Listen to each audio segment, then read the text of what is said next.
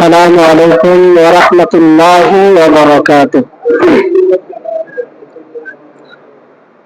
الحمد لله نحمده ونستعينه ونستغفره ونؤمن به ونتوكل عليه ونعوذ بالله من شرور أنفسنا ومن سيئات أعمالنا. من يهده الله فلا مضل له ومن يضلله فلا هادي له. ونشهد أن لا إله إلا الله وحده لا شريك له.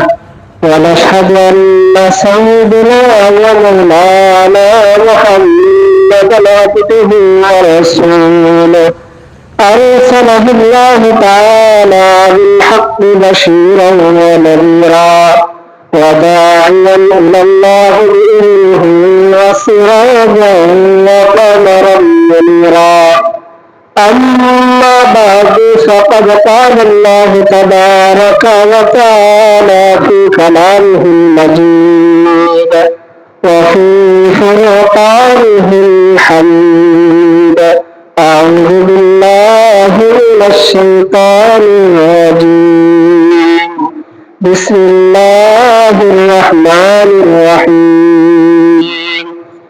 وإذا حييتم بتحية فحيوا بأحسن منها أو ردوها إن الله كان على كل شيء حسيبا. صدق الله مولانا العظيم. وقال رسول الله صلى الله عليه وسلم في حديث المباركة: لا تؤمنوا لا تدخلوا الجنة حتى تؤمنوا ولا تؤمنوا حتى تحابوا. أولا أدلكم على شيء إذا فعلتموه تحاببتم؟ أفشوا السلام، أو كما قال عليه الصلاة والسلام.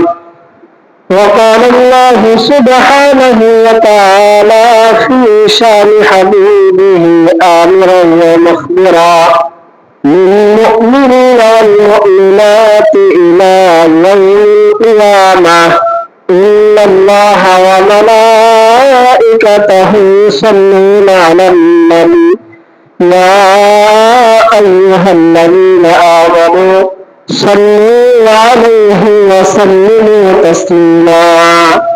اللهم صل على محمد وعلى آل محمد كما صليت على إبراهيم وعلى آل إبراهيم إنك حميد مجيد. اللهم بارك على محمد وعلى آل محمد كما باركت على إبراهيم وعلى آل إبراهيم إنك حميد مجيد. আলহামদুলিল্লাহ, সমস্ত প্রশংসা আল্লাহ জাল্লা শানহু আম্মা নওয়ালুহুর পবিত্র শাহী দরবারে। যে মহান মালিক আপনাকে আমাকে সুস্থতার নিয়ামত দিয়ে আল্লাহ তাআলার মহান হুকুম সালাতুল জুমা আদায় করার জন্য পৃথিবীর সর্বোৎকৃষ্ট জায়গা জুমার মসজিদে আসার, বসার, কোরআন ও সুন্নাহর আলোকে কিছু কথা বলার এবং শোনার তৌফিক দিয়েছেন, তো আমরা দিল থেকে শুকরিয়া আদায় করি, আলহামদুলিল্লাহ। মুহতারাম মুসলিমান, আমরা মুসলমান, আমরা ঈমানদার, দুনিয়ার দৃষ্টিতে আমরা সামাজিক জীব।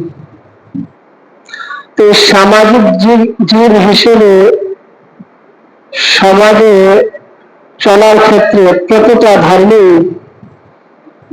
তাদের একে অপরের তারা যখন চলাফেরা করে তো তাদের দেখায় রাস্তাঘাটে কিংবা হঠাৎ যখন দেখা হয় তো সেই দেখার ক্ষেত্রে তারা অভিবাদন করে, তারা তাদের ভাষায় গোত্র ভেদে ধর্ম ভেদে এই অভিবাদন হয়ে থাকে।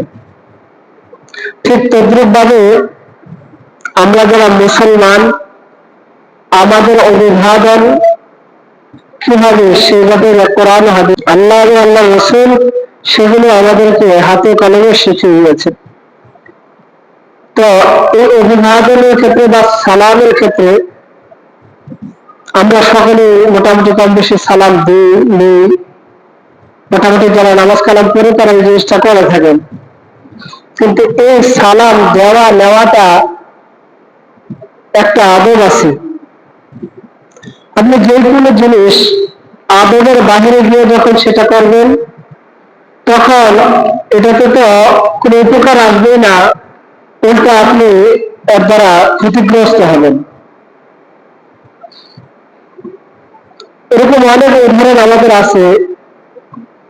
ধরেন আপনি ভাত খেতে হবে, শরীর সুস্থ থাকার জন্য আপনাকে ভাত খাবার এগুলো খেতে হয়। তো এই খাবার খাওয়ার ক্ষেত্রে আপনি যদি যে নিয়ম থাকে খাবার খাওয়া, সেই নিয়মকে যদি আপনি ফলো না করেন, আপনি মাত্র খাবার খেয়ে উঠছেন, আবার এক প্লেট আপনাকে খাবার দেওয়া হলো, আপনি খাইলেন, জোর করে হলে আপনি খাইলেন, খাইলে কি হবে? খাবার পরে খাবার।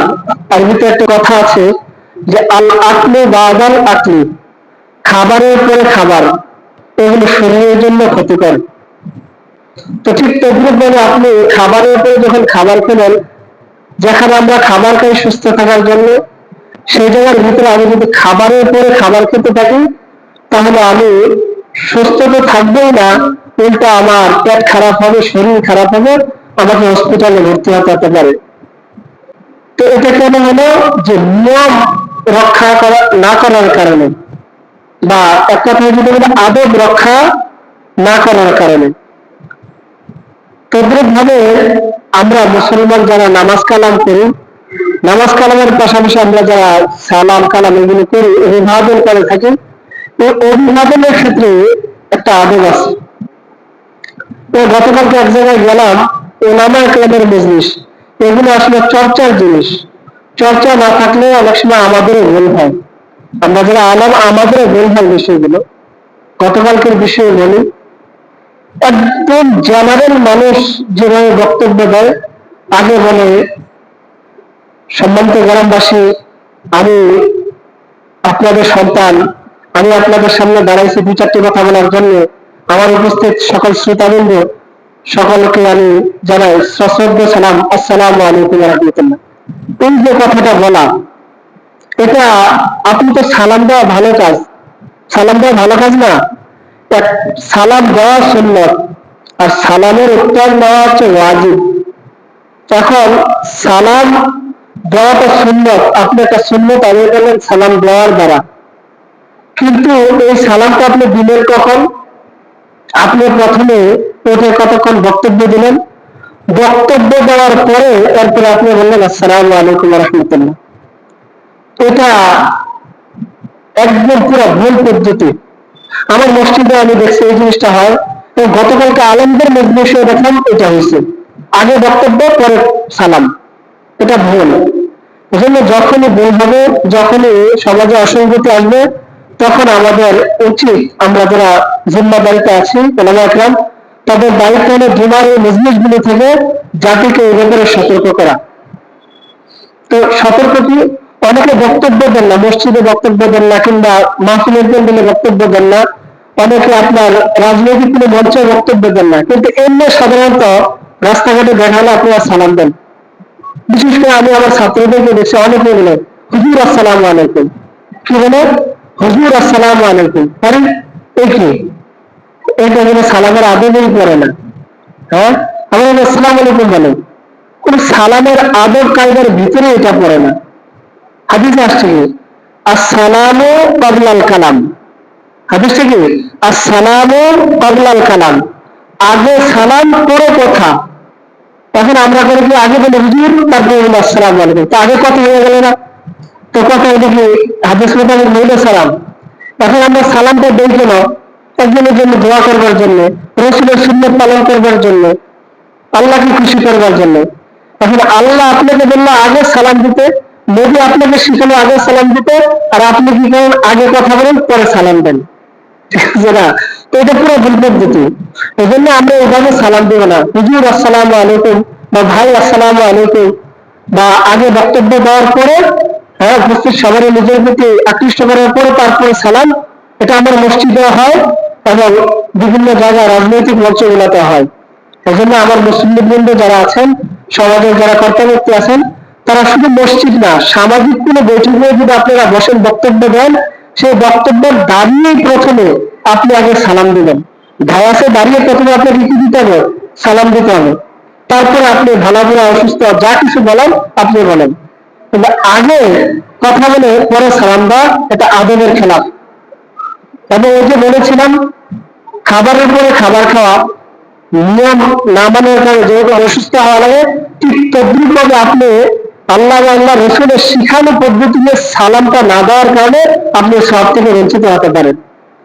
এজন্য আমরা যখনই সালাম দেব, সালাম দেওয়ার আগে কোন ধরনের কথা বলবো না, আগে সালাম দেবো, তারপর হচ্ছে আমরা কথা থাকলে কথা বলবো। এগুলাকে আদবের কথা বললাম। এবার আসলে কোরআন আমাদের কি কি বলে যে আমরা কিভাবে সালাম দেবো। কোরআন বলে যে ওয়াইদা হুইতুম বিতাহিয়াতি ফাহাইয়ু বিআহসানা মিনহা আও রুদ্দুহা, যে তোমাকে যদি কেউ তোমাদেরকে সালাম দেয় বা অভিবাদন করে, তো প্রথমে সে যে সুন্দর বাক্য উচ্চারণ করবে তার চেয়ে উত্তম পদ্ধতিতে তাকে তার উত্তর ফিরিয়ে দাও, তাকে তার উত্তম পদ্ধতিতে সেই সালামের উত্তর দাও। এখন একটা লোক যদি আমাকে বলে আসসালামু আলাইকুম, তা আমি কতটুকু বলবো? হাদিস বলে যে তুমি তার চেয়ে আরো এক শব্দ বাড়াও। কি বলো? সে আমাকে বলছে আসসালামু আলাইকুম, তা আমি বলবো ওয়ালাইকুম আসসালাম ওয়া রাহমাতুল্লাহ। সে যদি আমাকে বলে আসসালামু আলাইকুম ওয়া রাহমাতুল্লাহ, আমি তাকে বলবো আসসালাম ওয়ালাইকুম সালাম ওয়া রাহমাতুল্লাহি ওয়া বারাকাতুহু।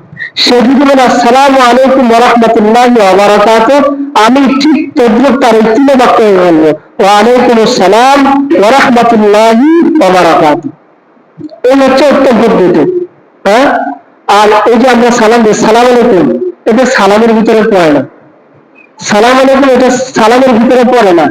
এজন্য যারা এই সালামটা দেন তারা এটা থেকে বেরিয়ে আসেন, সুন্দরভাবে শুনুন আসসালামু আলাইকুম। সবাই বলে আসসালামু আলাইকুম ওয়া রাহমাতুল্লাহি ওয়া বারাকাতুহু।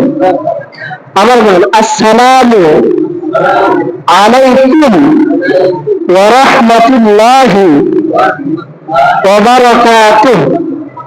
এইভাবে সুন্দর করে, সুন্দর করে আমরা সালামটা দিব।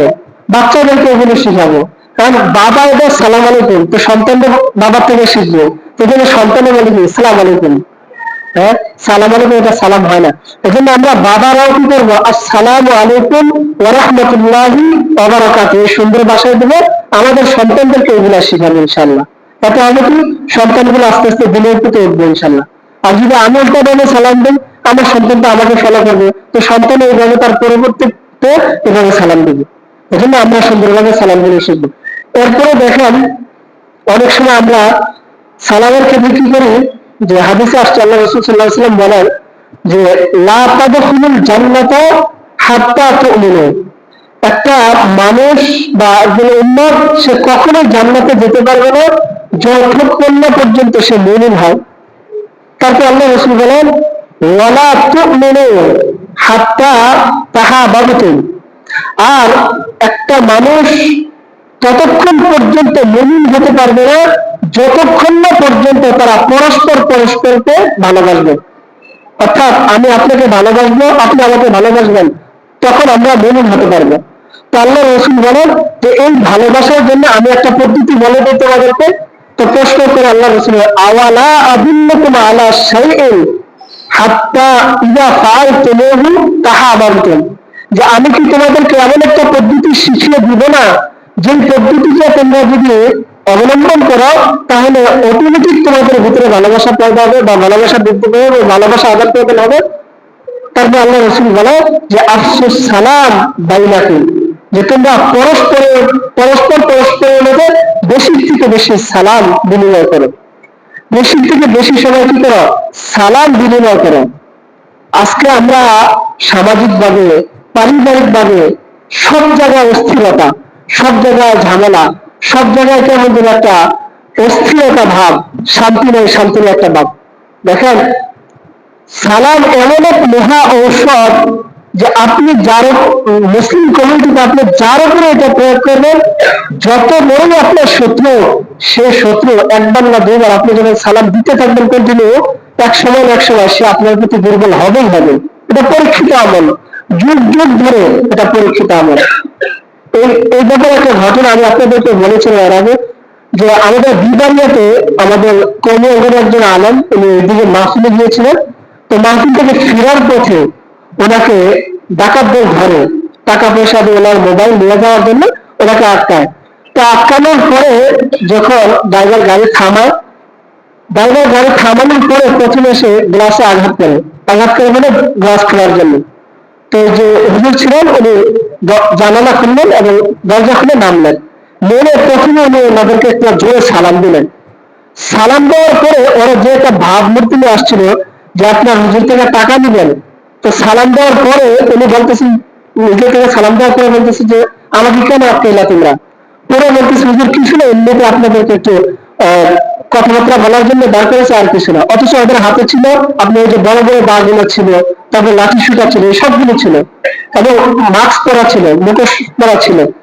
তো সেই অবস্থায় উনি যখন প্রথমে নেমে একটা সালাম দিলেন, সালাম দেওয়ার পর উল্টো তারা জিজ্ঞাসা করতেছে যে হুজুর আমরা আপনাকে এমনিতে একটু থামাইছি কথাবার্তা বলার জন্য।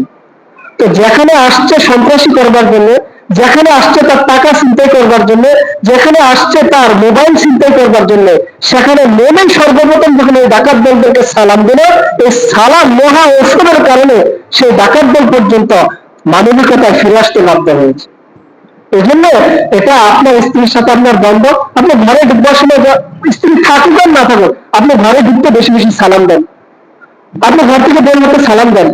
আপনি ঘরে ঢুকবেন, যতবার ঢুকবেন ততবার সালাম দেবেন। এক রুম থেকে আরেক রুমে যখন যাবেন তখনও সালাম দিবেন। অনেকে মনে করে আমরা মায়ের রুমে যাবো তখনও কি সালাম দিতে হবে? আমি আমার এক ছাত্রকে বলছিলাম যে মায়ের রুমে যেতে সালাম দেওয়া লাগবে। তো আমার বলতেছি এটা কি করে, এরকম কি লাগবে নাকি? মায়ের রুমে যাবো সালাম দেওয়া লাগবে? তবে হ্যাঁ, হাদিসে আসছে। আল্লাহ রসুল সাল্লাল্লাহু আলাইহি ওয়াসাল্লাম কাছে এসে একবার এক সাহাবী বলল যে আমি কি মায়ের রুমে যেতে অনুমতি লাগবে? তখন আল্লাহ রসুল অবশ্যই লাগবে। তারা বললো এটা কেন লাগবে? যে মা আমাকে পেটে দিলেন, তার রুমে আমি যাব, সেখানে যেতে তার অনুমতি লাগবে, সালাম দেবে, এটা কেন? তখন আল্লাহ রসুল তাকে প্রশ্ন করলেন, তুমি কি তোমার মাকে বিবস্ত্র অবস্থায় দেখতে পছন্দ করো? তখন সাহাবী বললেন, এটা কখনোই আমি কামনা করি না। তো বললো যে দেখো, তোমার মা হতে পারে ঘুমের কারণে তার কাপড় চোপড় সতর খালি হয়ে আছে, তো তুমি যখন গিয়ে সেখানে দেখবা, দেখলে তো মা, তুমি কিছু মনে না করলে মা তো ইতস্তবোধ করবে। মা যদি লাজুক হয় অবশ্যই সেটা সে ইতস্তবোধ করবে। তো এই জন্য তুমি তোমার মাকে সামান্য পরিমাণ কষ্ট দিলে সে আন্তরিক ভাবে না পায়, সেজন্য তুমি মায়ের রুমে যেতেও তাকে সালাম দিতে হবে, তার থেকে অনুমতি নিয়ে সেখানে যেতে হবে। এজন্য আমরা আজকে সব জায়গায়, আমি ইমাম, আমার এটা ঘাটতি হয়ে গিয়েছে, সালামটা আমি এখন কম দেয়, আমার মুসলিম চেষ্টা করে আমার মুসলিম আমাকে সালাম দেয়, আমি তাদের উত্তর দিই, এরকম একটা ব্যবসা এসে গিয়েছে। এজন্য এখন থেকে আজকে আমি নিজে ওয়াজ করলাম, বয়ান করলাম, ইনশাল্লাহ আমি দোয়া করি যেন আমি সম্ভবত এটার উপর আমল করতে পারি, আপনাদেরকে বেশি থেকে বেশি সময় সালাম দিতে পারেন, আপনারাও যেন আপনাদের পরিবার সবার সবাইকে বেশি বেশি সালাম দিতে পারেন।